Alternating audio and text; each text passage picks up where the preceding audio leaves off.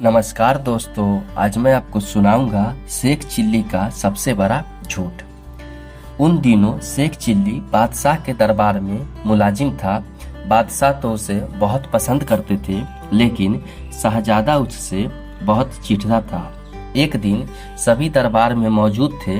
शहजादे ने अचानक ऐलान किया कि जो सबसे बड़ा झूठ बोलेगा उसे इनाम में 500 अशर्फिया दी जाएगी।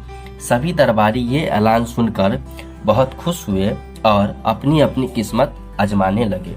एक दरबारी बोला, मेरे गांव में बहुत बड़ी चींटी रहती है, इतनी बड़ी कि एक हाथी को खा जाए।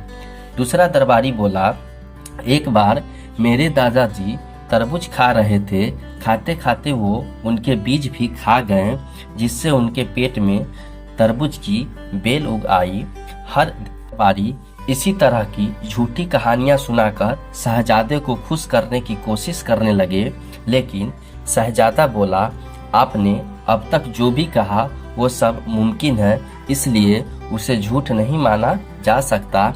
आखिर में शेख चिल्ली की बारी आई और वह अपने स्थान पर खड़ा हो गया। शहजादे ने कहा, बताओ चिल्ली, क्या आया है तुम्हारे खुरपाती दिमाग में? शेख चिल्ली बोला, आप इस दुनिया के सबसे बड़े बेवकूफ़ हैं। बादशाह को आपको कभी भी राजगद्दी पर नहीं बिठाना चाहिए। ये सुनकर शहजादे का खून खौल उठा। वह उठकर खड़ा हो गया और चिल्लाया, सैनिकों, चिल्ली को पकड़कर अभी इसी वक्त कैद खाने में डाल दो। सैनिक दौड़ते हुए शेख चिल्ली के पास आए। तब शेख चिल्ली बोला, शहजादे, मैंने तो कहा था वो झूठ था, इस दुनिया का सबसे बड़ा झूठ। आप उसे सच मानते हैं तो मुझे कैद खाने में डलवा दीजिए, यदि झूठ मानते हैं तो फिर मेरा इनाम निकालिए।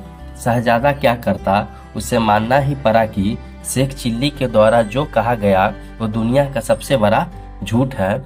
उस दिन शेख चिल्ली खुशी खुशी इनाम लेकर अपने घर आ गया। धन्यवाद।